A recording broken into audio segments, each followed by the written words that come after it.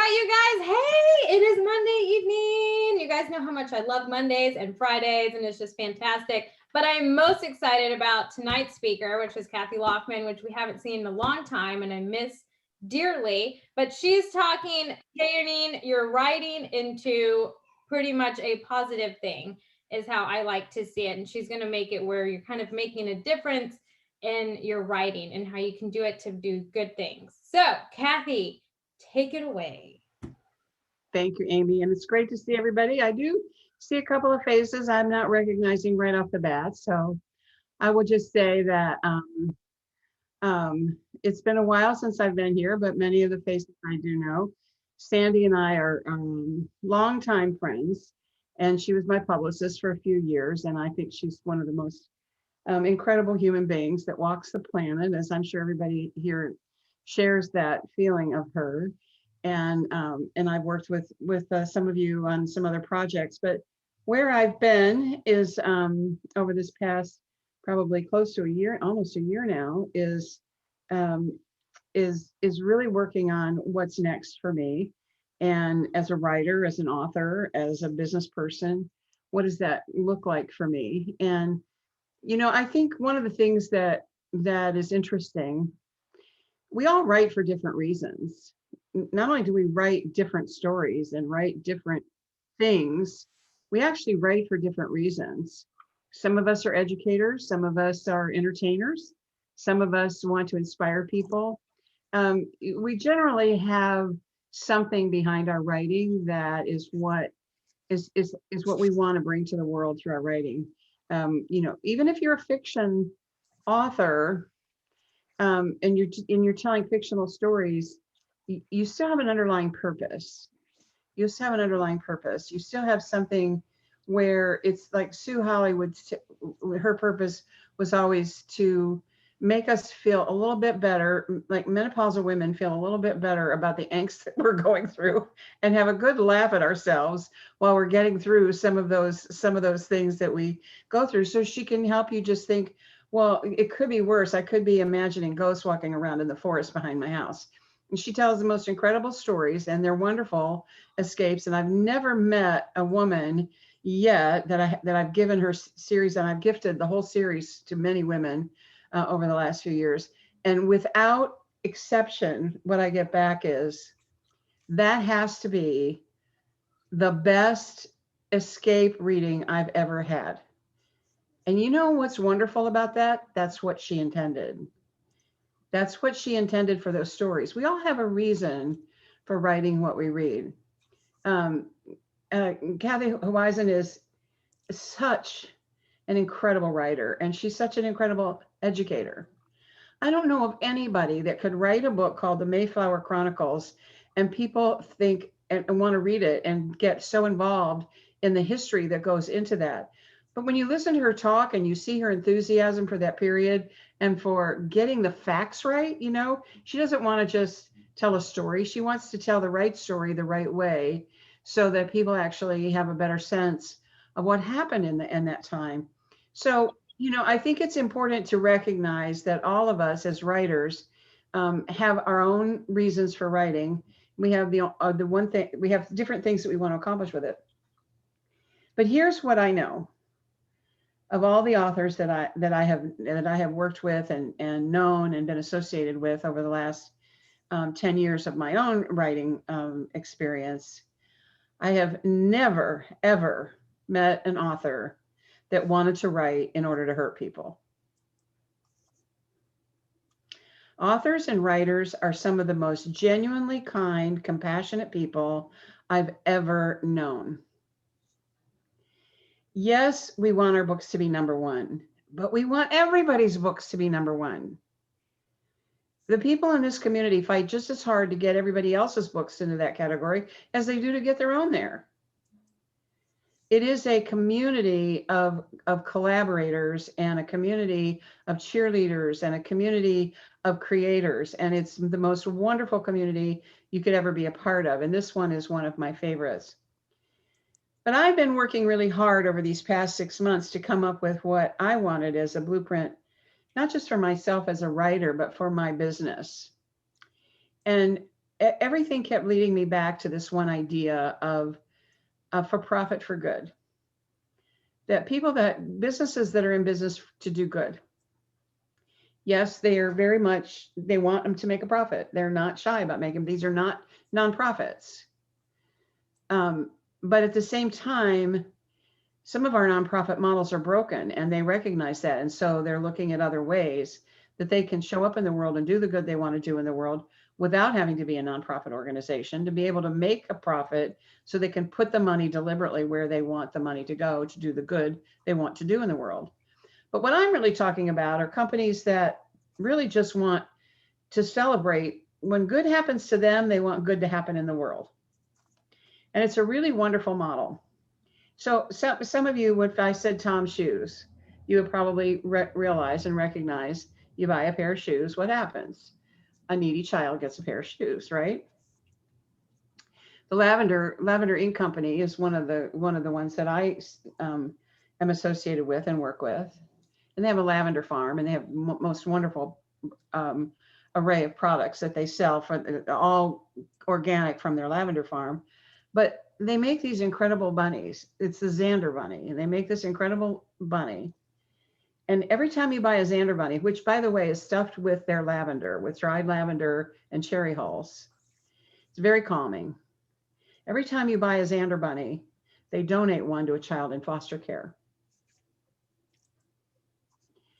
So, a couple years ago, I guess it was in 2019, every child on my list got a Xander bunny. But every child on my list that got a Xander bunny heard the story about another child getting a Xander bunny. Because it gave me an opportunity not just to gift them with something I knew they would love, but also to start teaching them the importance of taking actions that actually create good in the world. We as authors have the opportunity to do the same thing. So what I'm doing and what I'm moving into now is I'll be working as a business for good advisor and consultant. So I'll be launching that soon. So when Amy and I were talking about this, it was like, this applies to authors too. And I really would, I thought, well, I can share a few things with you in terms of what I've been working on and what I've been seeing and what I've been doing, just as a way to encourage you to think about this as you move forward with your own books and your own writing and what you might be able to do with that. So with that being said, I am going to share my screen and we will do this and hopefully you can see it. Can you all see that? Yep.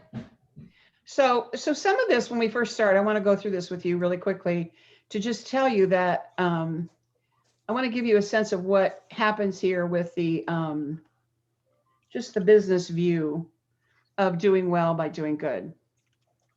This is all proven. This is all of the stuff that I'm giving you right now is research that's been proven. Businesses that have this idea of doing well by doing good, they have a faster growth because on average, the businesses that are doing good, listen to this statistic, grow 4 times faster than the rest. They have a higher brand value because brands that are doing good increase in value twice as quickly as brands seen as having a low sense of purpose. When people that are doing business with you, even if it's a reading community that are engaging with you, if they see a higher sense of purpose in what you're doing, their loyalty and your value as a brand goes up. Competitive advantage. 89% of people are likely to switch from a business that isn't doing good to one that is. So they have 2 authors that seem equal in every other way, but one of them has a very active doing good program and campaign. Chances are 89% of the people will buy that book over the other one. Improve loyalty. 88% of customers, readers, are loyal to businesses, authors doing good. Word of mouth advertising. 81% tell others when they connect with a business that's doing good. Higher prices, it might be a little tough here on some books things, but a lot of you have products and services that are associated with your books, so it could apply. 66% of people are willing to pay more for products and services from businesses that are doing good. Several studies are suggesting as much as 12 to 20% more. Now, some of you are too young to remember this, but I'm not. So, but when recycled goods first started coming out, and they were higher in cost, everybody would say, well, I would like to buy recycled paper, but it's more expensive. So I'm going to stick with the cheaper brands. It's not like that anymore. As our social consciousness is raised and we want to do better by the environment, now people buy things, they won't buy something that doesn't include some recycled content. It's also future proofing. And what do I mean by future proofing? It's really a matter of they expect you to be there. And most of the time when you are in a business in a profit for doing good business, what happens is because you have a higher purpose and reason for being in business, you tend to find a way to stay in business. And here's one of my favorites that Amy will relate to: millennial and centennial appeal. Because when you start crossing across some of these different age groups, this becomes an even greater point that they look at. So this part right here, these things right here are not specific to authors. They're specific to a lot of the research that I've been doing and working with in working with companies.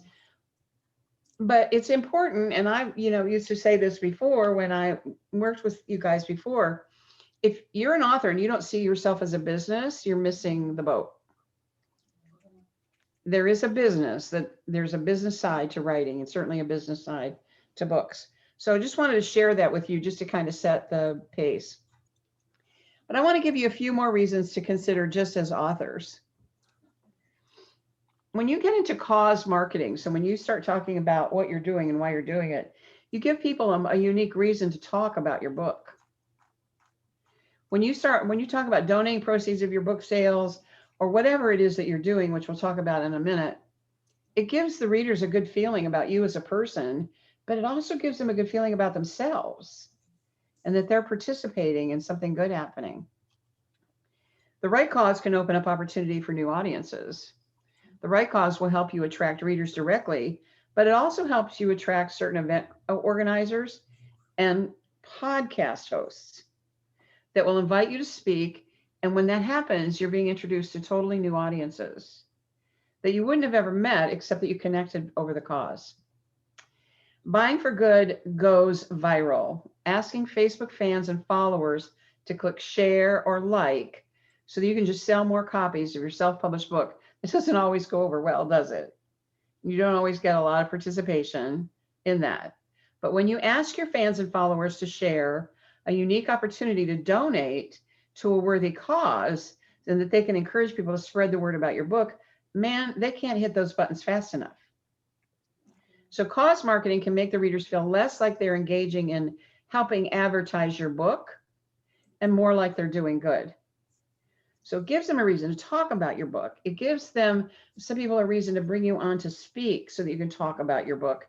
And it gives them a reason to actually become your best cheerleaders and advocates for introducing people to your book. Now, the other thing that comes into play is just as there's many reasons that we write, there are lots of ways of how you can choose to create good. It's not just the simple, we give 10% of the profits from the book to blank charity. That really is not the model. The model is really finding something that's just as unique in your giving model as you would even in your book. So what resonates with you and your team? And here's just some examples. This comes from the Buy One, Give One organization. If you love animals, you might want to help rescue, feed, or vaccinate stray dogs. It doesn't have to be a percentage of your book sales. It can be, if I do this, then this happens. If this good thing happens, I'm going to make this good thing happen. And you can make this, you can storyfy this to where it really resonates with something to do with what you care about and your team cares about. What would resonate with your readers? You know, for example, one of the examples they gave, if some of your readers are retired, you might want to help look after impoverished older people in need. You know, if it might not be that you give a percentage of your book sales, it might be that you give a certain amount of a certain amount of something. It might even be that you donate books to centers that cater to older retired people. But you figure out a way to create an association and a relationship between not only that the fact that you're giving, but how you're giving, what you're giving, and to who you're giving. And then what connects with books you sell or stories you tell? For example, the example they gave here was an optician might want to help remove cataracts, a restaurant might want to help feed the homeless, an accountant might want to provide a microloan to help a family lift themselves out of poverty by selling a small business. You can come up with any number of things that might be helpful here. But one of the things that I liked was what numbers resonate. For example, when an event organizer orders 50 books, if you're going to say you're going to speak and they order and buy 50 books for the audience, you might want to celebrate that by planting 50 trees.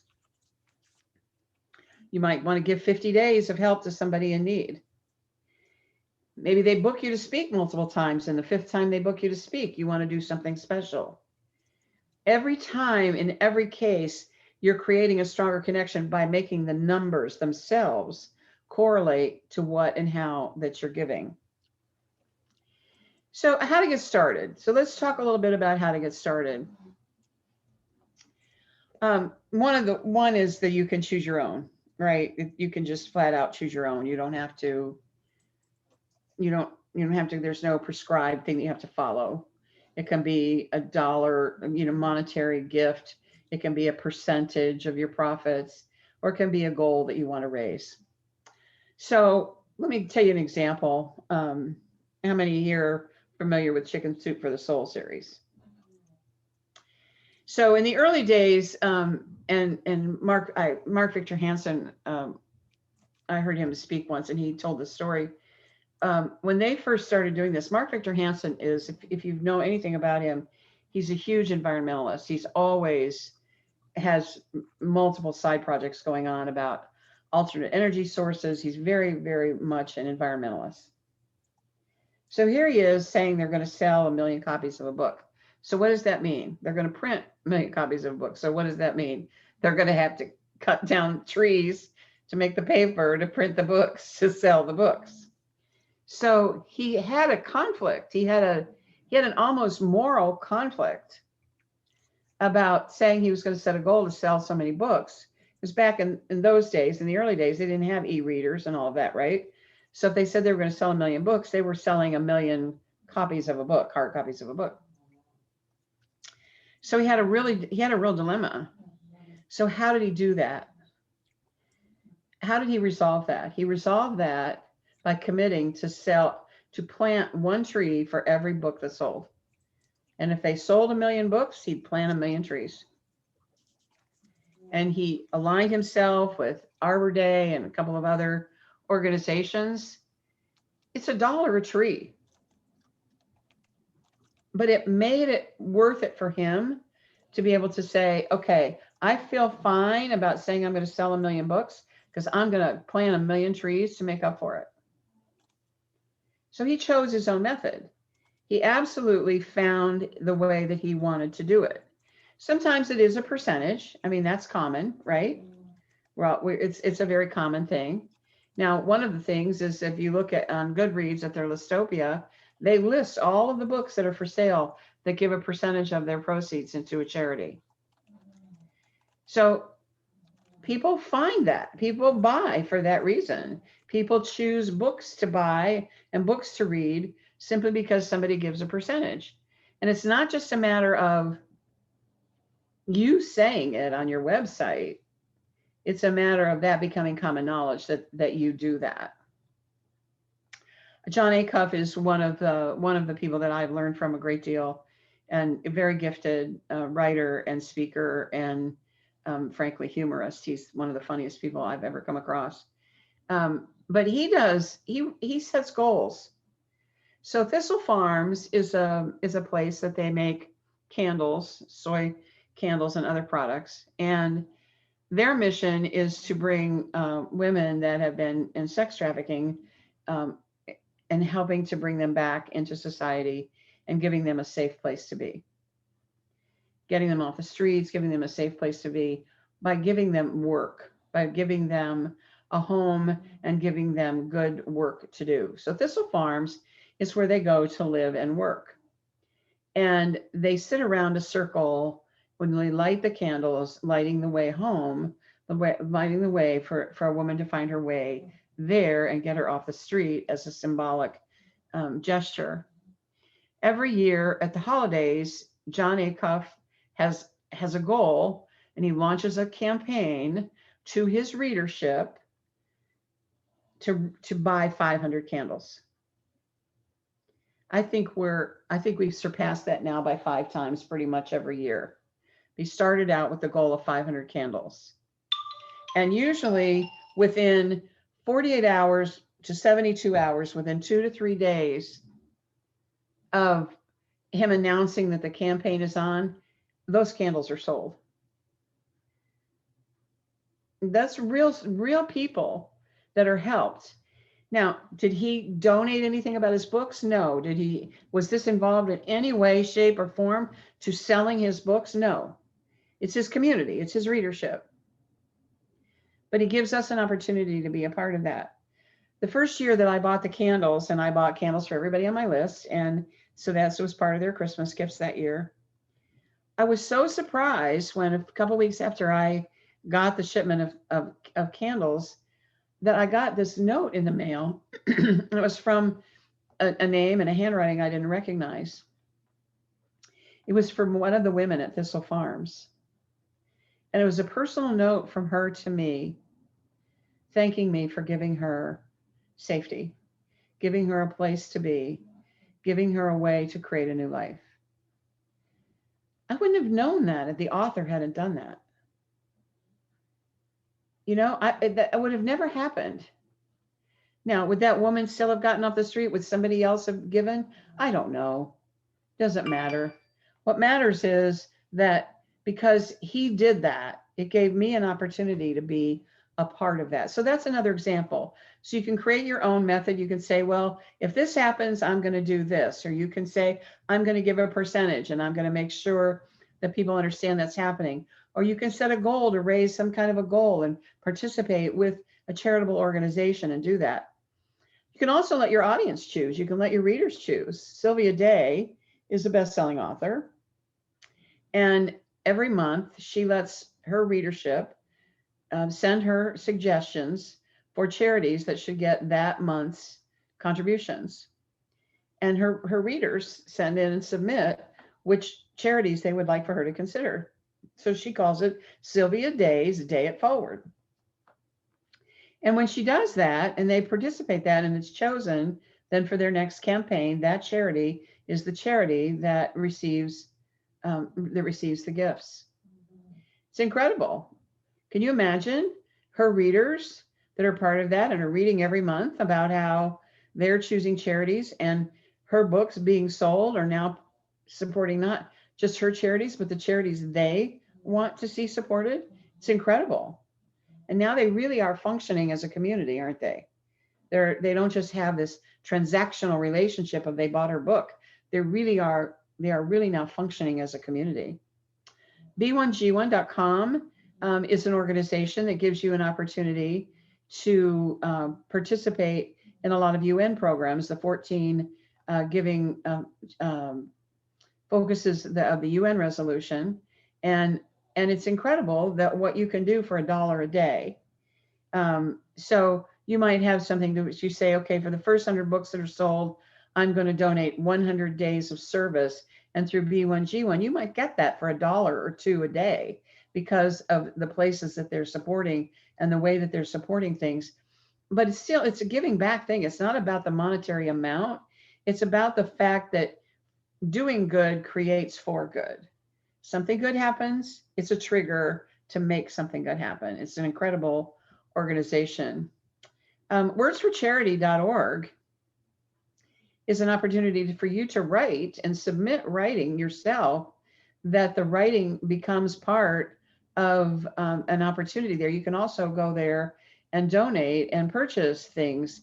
So you can become associated with different organizations that start infusing this into your practices as a writer and as an author. And then special editions and book donations. So let's say that you are going to speak to a special group. You can do special editions for them, and your special edition for that group may have proceeds going to a shared charity or a shared organization that you both want to support. But it can also mean that you donate books. So, for example, one of the groups that I'm part of does a compilation book every couple of years, and it's a collection usually of around 20 stories of people that have overcome some sort of obstacles or adversity. So it's a story of how people have overcome things. And we were given an opportunity to buy copies of the book for donation to prisons. So it wasn't just so much that we were giving them money or they were giving a percentage of anything. You could actually buy copies of the book at cost, and they would take care of the shipping and the distribution to the prisons. So in one night, I think we donated close to 5,000 books that went to prisons around the United States. It's encouraging. It's a way to make sure that the libraries and a lot of that went to nonviolent criminals that were being released, and they got a copy of the book. And it's a way for us to implant in others, the possibility of hope and the possibility of writing a different ending to their story. So you can make book donations, you can create special editions, so many ways that you can approach this. You can do whatever you decide feels right. Whatever feels right to you and whatever feels right about your book. You don't even have to have the same one for everything you do, right? You can mix this up and have a lot of fun with it. But the point is that once you get going with this, I can tell you, not only will you feel good about it, but so will your readership, and it will actually become very much a part of how you're perceived as a person, as a business, as an author, as a contributor to society. So just giving you some ideas here of how you might get started. Now, I do want to talk to you a little bit, though, about how we could get this wrong. Because a lot of times we can do the right thing the wrong way, and then we scratch our head and think, well, why didn't that work? And sometimes it's just because we didn't know enough about how to go about doing it. So I did want to, this comes from B1G1, because they have a huge educational side to them. So they talk about it as storyfying. So we all tell stories, right? Even if you're in nonfiction, if you're really changing people's lives, somehow you're telling a story. So these are the core elements of your story as an author creating good in the world. The right words. It has to come across as humble and inspiring, not boastful. It can't be, look at me, look at what I'm doing. It has to be humble and inspiring. It has to be the right numbers. It has to be credible. There has to be some authenticity. You got to be able to verify what you're saying. It has to be believable. And there has to be accountability. You've got to be able to prove that what you say you're doing, what you say you've done is true. It's very, very important. So many nonprofits today have come under fire for this reason right here. And remember, I'm not advocating a nonprofit for you, but the same thing that applies to them can start happening to you when you start introducing these kinds of practices into your writing life. The right images. You got to avoid anything that's guilt tripping or sanctimonious, people see that stuff all day long. You need to bring the story alive with positive images. You need to really focus on the positive. Like you go right to the end of the story and show them the end of the story. You show them the dragon's already been slayed, right? You want there to be positive images and the right emotions. You want people to be inspired by something that makes them feel happy, joyful, empowered, helpful, valued, optimistic. It should always be that. You don't want it to lead to, you don't want to do the double-edged sword here that says, like, and if you don't do this, then you're crap, or that you're trying to create some kind of judgment if they don't do it. You've got to be really careful about the emotions that you evoke and the way that you do this. So the right words, the right numbers, the right images, and the right emotions. And let's talk a little bit about what it means when we say the right words. And this also comes from B1G1 because I was really intrigued by this. So what they tell us is that they know from working with thousands of business around the globe, there are words and there are words. So we know that, right? How many of us have agonized over a paragraph thinking that's just not the right word? I know there's a better word for that, right? Well, that's true in this as well. So some words, even words you might frequently use, can actually drive attention away from what you're doing rather than attracting it.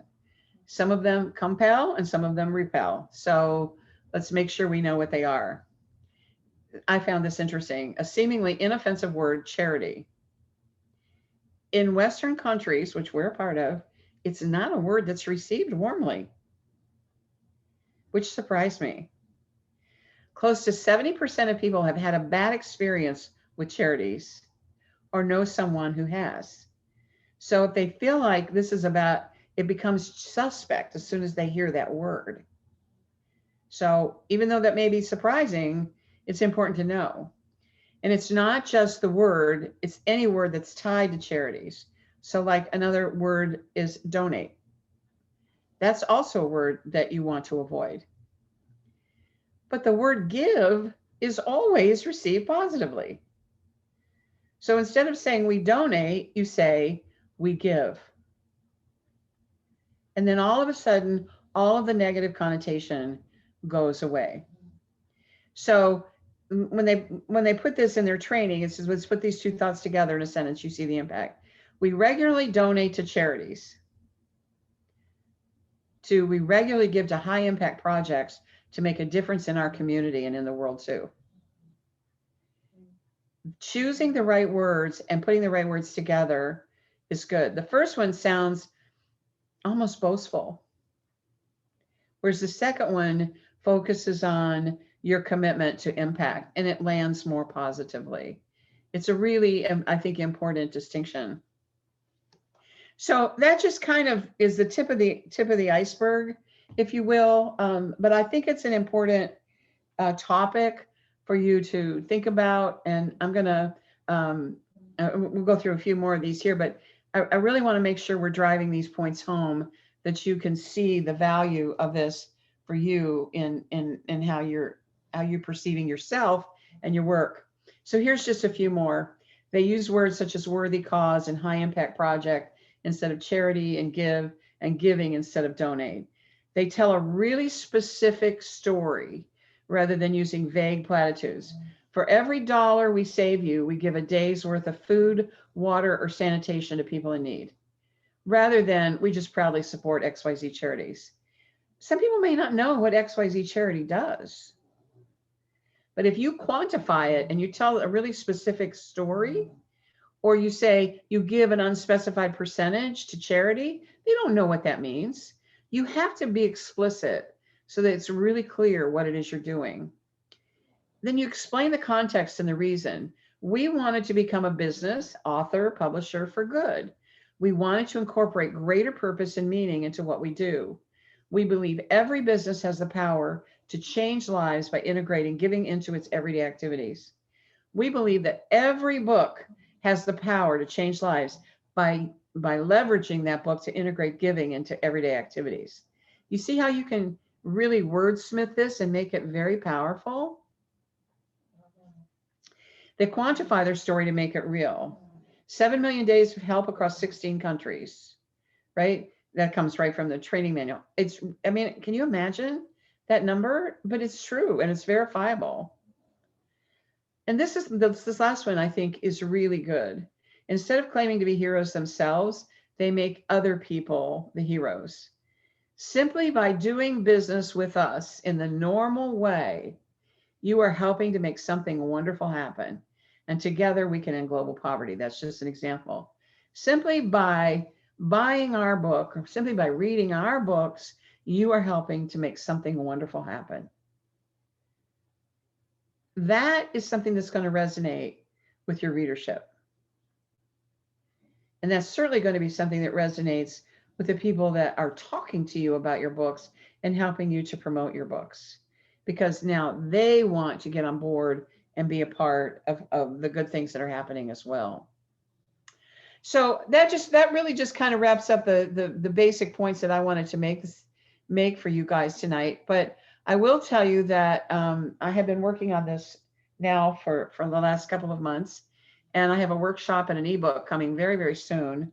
And even though it's not catered specifically to authors, there may be something in it that you would find beneficial to you, especially if any of you are in another business space, or you have other products and services that you offer around your book, and for the publishers that are in the group. If you think this would be of interest to you, for you to be able to get on the list to know about this when these come out, just drop me an email. It's Kathi.Laughman@McKinseyCircle.com. A lot of you have my email, but just drop me a note. I don't have any kind of signups or anything for this yet, but let me know and I'll make sure that you're on the list, so that as more information starts coming out, you'll be able to take advantage of it. One of the first things we're going to come out with is a workshop where you can take a one sheet and develop what you want your giving plan to look like. And I think that would be something interesting for you to do as authors, and be thinking about this and come up with a plan for yourself on what you think that this might look like for you. So with that, I am going to open it up. I don't know everything there is to know about this, but I have studied it quite a bit of late. And so I'm going to open it up and see if you guys have any questions, or if there's anything I can answer for you. Nice. Thank you. I know I have ideas turning, so I'll definitely be getting on your list to get more information, because I know that as through the eyes of authors, as a community, we can definitely make an impact somehow. So does anyone have any questions, or they need to bounce some ideas off of Kathi, or they want some more information? You can unmute yourself. I do. Okay. I always wanted to get back to my high school. I've been out of high school for quite some time now. I'm back in touch with a lot of the guys that I graduated with. And part of the thing I wanted to do was set up some kind of way of giving back to the high school. I came up in the Bronx, in the South Bronx, and I went to Catholic school, and Catholic school costs a lot. And when I went back for my high school reunion, and it was like, I don't know, 20, 30 years or so, 40 years, I think, when I finally went back for my high school reunion, that they are having a hard time. Catholic schools in New York are having a hard time because it is very expensive. And so how would I initiate that? How would I get something rolling with the high school or something like that? Well, I will tell you this. Never assume you know what they need. So the first step I would suggest would be that you have a conversation with them. And I don't know who you know there in terms of the administration now, but I'm certain you could reach out to someone that's in a part of the administration and say, listen, I came from there. I went to school there. I want to give back. So tell me some of the things that are going on, and what are some of the needs that you have right now? And let them give you some guidance on specifically what they need. And what I can tell you is it could be a matter of doing a book drive. I have seen for schools where they have an urgent need to do book drives. It could be that they need help with tech help, right? It could be in today's world that they need some sort of tech help, and it might be that you can help raise funds for something like that. But it's probably going to be on the education side. It's probably going to be more of a giving drive than it is just a continuous gifting, unless you just want to become a donor that just, that continuously gives money to them, which you certainly can do. But I would encourage you to, find, like if you went to a reunion, somebody has a list of all of the alumni, right? Because they put the reunion together. So somewhere there's a mailing list. You can find out what they need, and you can spearhead as an author what to do. And then here's what happens. And if you have a book involved in this, you can donate your book. You can do a lot of things with your book. But more importantly is that you get this associated with you, and there's a press release of, author, previous student, Sandy, Amy can help you with the wording on it. A previous student, now best-selling author, working with the school to do boom, right? And now people see what you're doing for the school. They recognize you. Now they want to be associated with you. You have a way for them to get on your mailing list so that you can now be having conversations with them in the future about other things that you want to do in terms of giving, but also to become potential readers in your community. But I would start with having a conversation with, I'm not familiar with Catholic schools, so I don't know who's actually in charge, okay? But I'm assuming that there's someone in charge, and that there would be someone that you could call and talk to and say, listen, I'd like to know what it is that you need. Now, if you can't get anywhere with that, don't be too discouraged, because my guess is there's still some sort of organization associated with it, that maybe it may be a local youth center or something. There may be something that is more community based than just school based. But I would start with the school, and I would call and have that conversation. They may need something very, very simple. And you look at that and think, well, shoot, I could put that together in 90 days and you could meet the need, right? I mean, we all know people, and we all know people we can call and get them engaged in helping us. But this would be something more like what John Acuff does, to where, he says, I'm going to sell 500 candles. You could do something like that. Okay. Nice. And then Kathy Hoisen had a question in the chat. Kathy, I'm not sure if you know the answer to it, but she says, how can you alert Goodreads if you're wanting to give a portion of your book sales to a charity? How do you go about alerting them? Do you know the answer? I think it's part of when you profile the book. Like when you list the book with Goodreads. Yeah, I did that, and maybe I just didn't read all the fine print, but I didn't see any place to insert that, unless I would just have to include it in the copy that I wrote about the book. Well, I can tell you that when I did some Googling about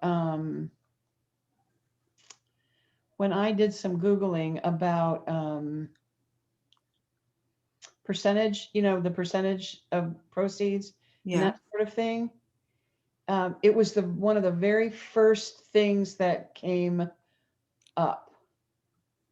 Well, I can reach out to Goodreads too and ask them, but Yeah, so it was hang on one second. Let me see if I can, my computer is not wanting to let me open something else. Bear with me one second.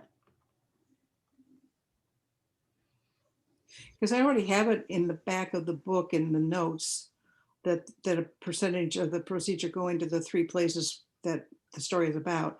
But obviously, unless somebody buys the book and reads it, they're not going to know that. Right. So here's what I'm going to tell you. Let's see if I can do this.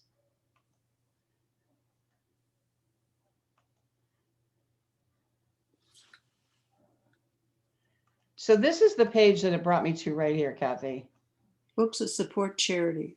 Oh, Listopia. Is that a sub thing within Goodreads? Yeah, it's Listopia. Okay. Okay. I will experiment with that. Thank you. So here's, among the charities, they've got all of that. So they've got it somewhere so that's profiled in some way. Okay. But I thought this was interesting, that this was part of the Goodreads footprint. Yeah, that speaks very well of them. Yeah. Okay. Thank you. Uh-huh. I love that. And sometimes it's helpful when they find out about it serendipitously through something like that versus you just telling them, right? Yeah. It has more credibility. Hmm. It's better to have people talking about you than you having to stand up and say, look at me, look at It's me. that Yeah. kind of social Yeah. proof thing, right? Yeah. Nice. Does anyone else have any questions or ideas they want to bounce off Kathi while we have her? No? Jeremy. So I don't have any questions. I don't think. Thank you. That was very clear, Kathi, and gave me a lot to think about. There's something that I have been in the back of my mind, and this conversation has just put it in the forefront of my Mhm. mind.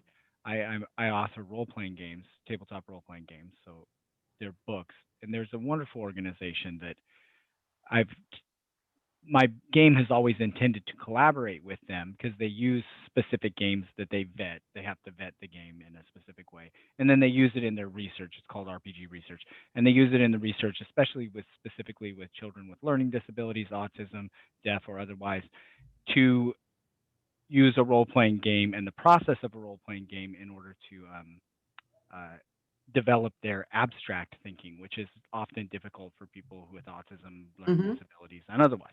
So it's much easier if they're taking on the role of a character to think abstractly and they're talking Sure. visually in a visual spectrum that's not really there, but it allows their brain to do it. So there's this really cool stuff, and nobody talks about it. Nobody does. And of course I wanted Planetbound to be a part of it, and I was just thinking of it in the backwards marketing. But also I would like it. What it really brought me presence to is that in the backwards marketing, I would also like to donate a portion. There's not a whole lot of money that's going into RPG research, so why not? This I think this is just not.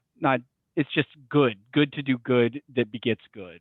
So I think this is a really cool conversation, and it put it in the forefront of my mind that it was somewhere back here, and now it's up here. Yeah, I think we're seeing this become the norm. It's becoming more and more expected. And it goes back to what we talked about before about the millennials and the different generational things. You know, the up and coming generations want you to earn their business by earning their respect and earning their trust. And this goes a long way with that. You know, I just think if we make this a part of, I've set a goal for myself that, I want my company to help 1,000 businesses become businesses for good. That's my goal. I want to help 1,000 business owners convert their business model to being a business for good. It's a big goal. Mm-hmm. It's a big goal. But you know what? It's a worthy goal. And it's one of those things that it doesn't matter if I get 500 or I get 100. If I get one, Mm-hmm. it's one more than is doing it today.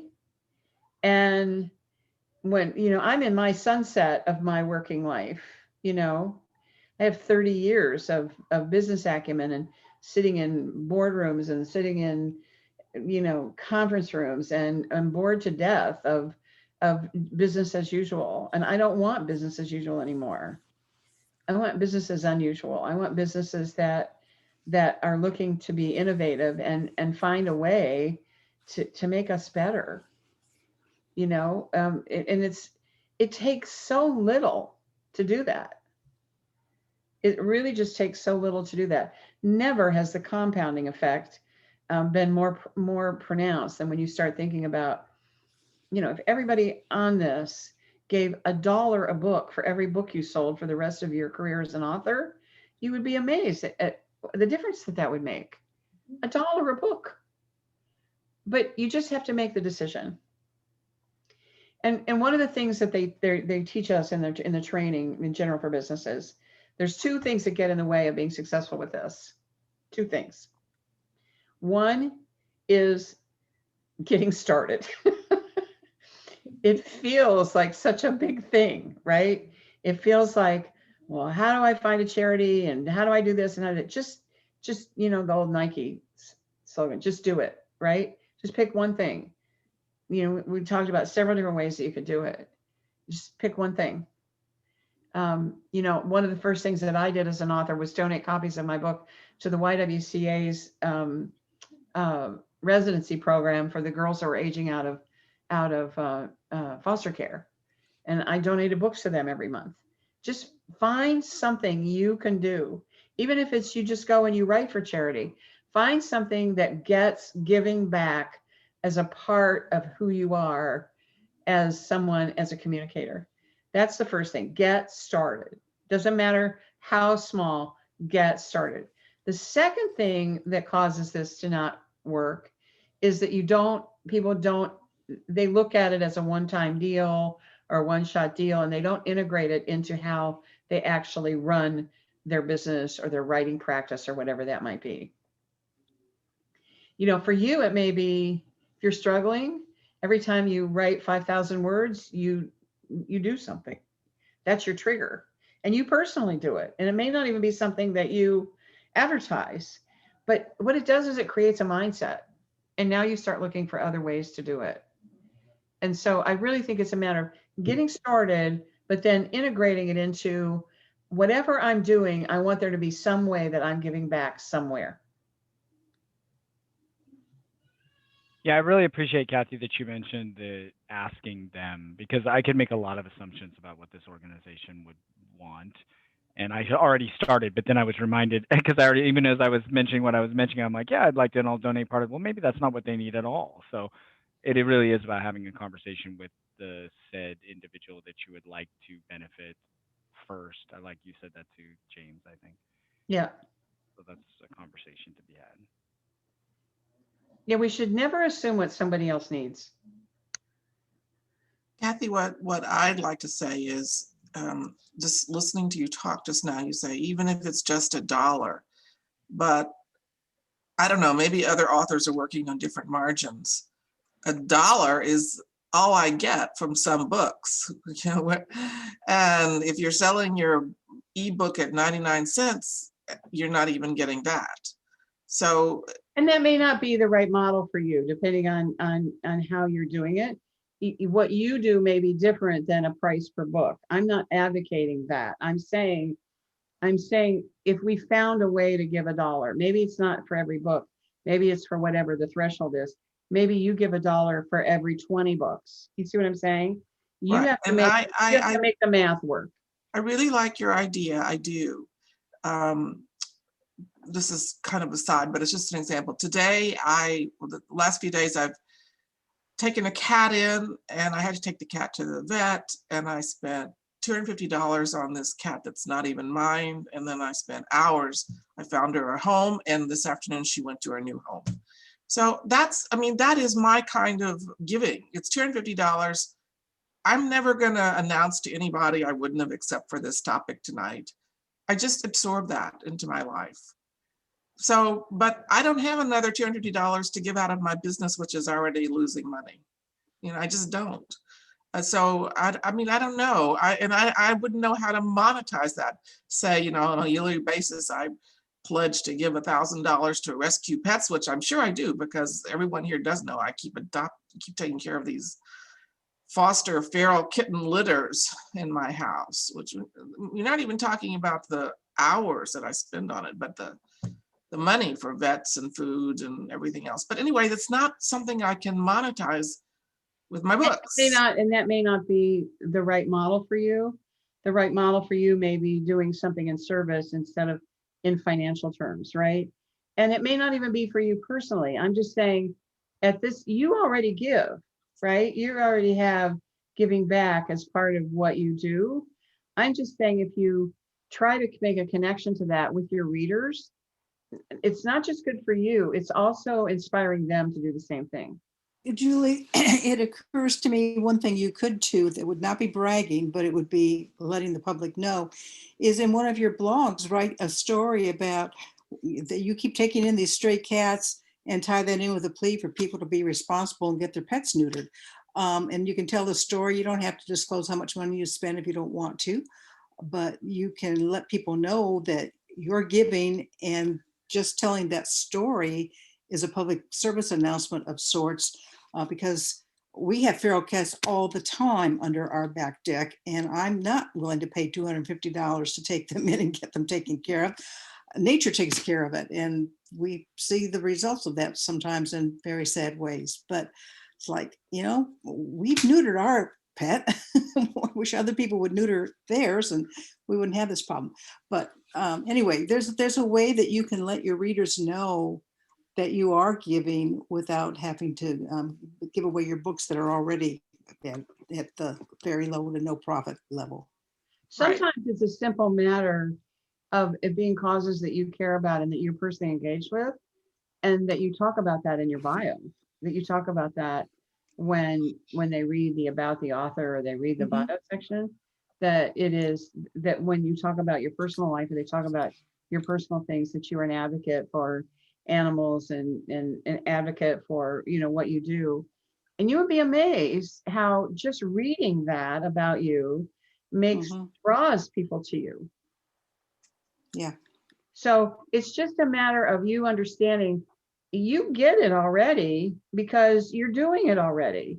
You're just not connecting the dots, it doesn't seem to me, to say, let people know that about you.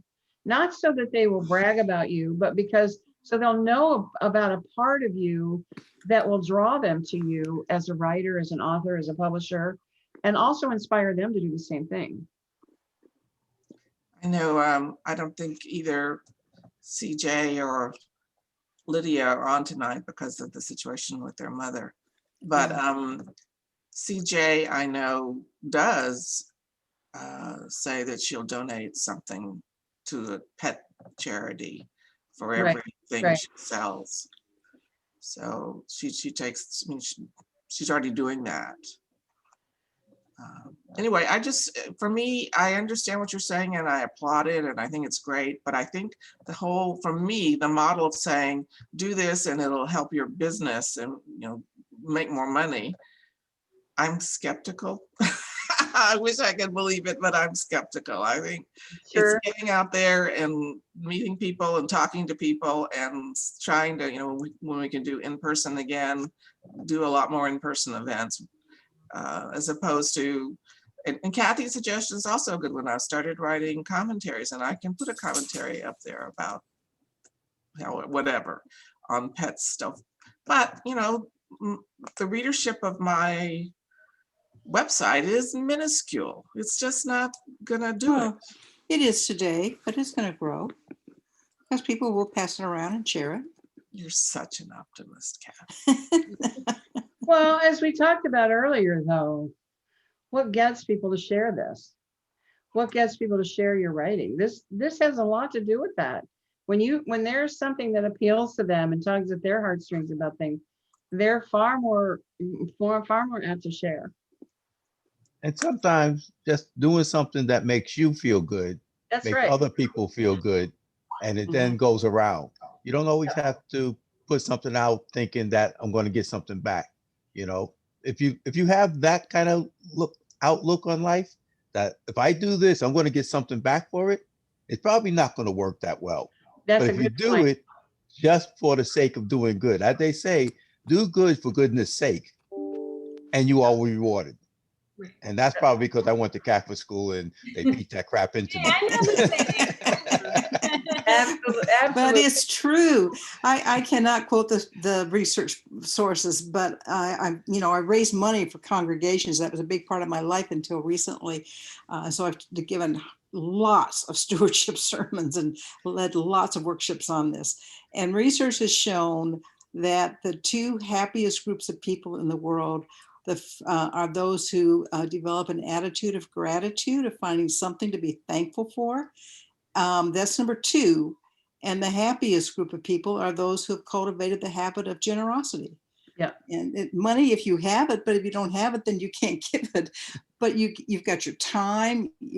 Julie, you're always commenting on my blog posts, and I really appreciate that. So that's a source of giving that you're giving me. Sure. It's a matter of mindset more than money. Absolutely.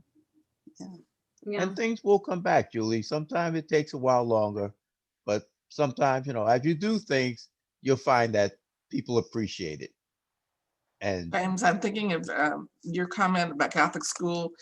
I have been asked to write a column for the Baton Rouge Diocese Catholic newspaper because of a friend of mine. And she sent me the previous columns that have been written. And one was by someone who said, you know, my Catholic high school in Baton Rouge closed down because they couldn't afford to stay open. Yeah. So, I mean, you're right. That is something that's happening all over. And at least my Catholic high school has not said, help us. They haven't. So they might just have my address. I don't know why. that's what I hear from some of the guys that I know from Catholic school. And the principal of the Catholic school now used to be my homeroom teacher. And they haven't shut my school down, but they have shut a couple others down. And, you know, it's just a hard way to, and I did not go back to Catholic school for 40 years. You know, I went back maybe once or twice because I don't live in New York anymore. But I went past there once or twice, and I had a great time in school. I mean, I was in detention every day, but I had a great time when I was there. Why does that not surprise us? I was a heretic. Why does that not surprise us? but they are in financial need, and I heard this from one of the priests at my church that says, you know, the great thing about Catholic schools is we turn out great Protestants. Well, I'll tell you what, it's a good year to be a Catholic. 2/3 of the Supreme Court, the president of the country, and I forget what number, but it's a pretty high percentage of people in Congress claim the Catholic faith. So, Yep. Yeah, See, Kathy, and I'm wearing my Crusader outfit.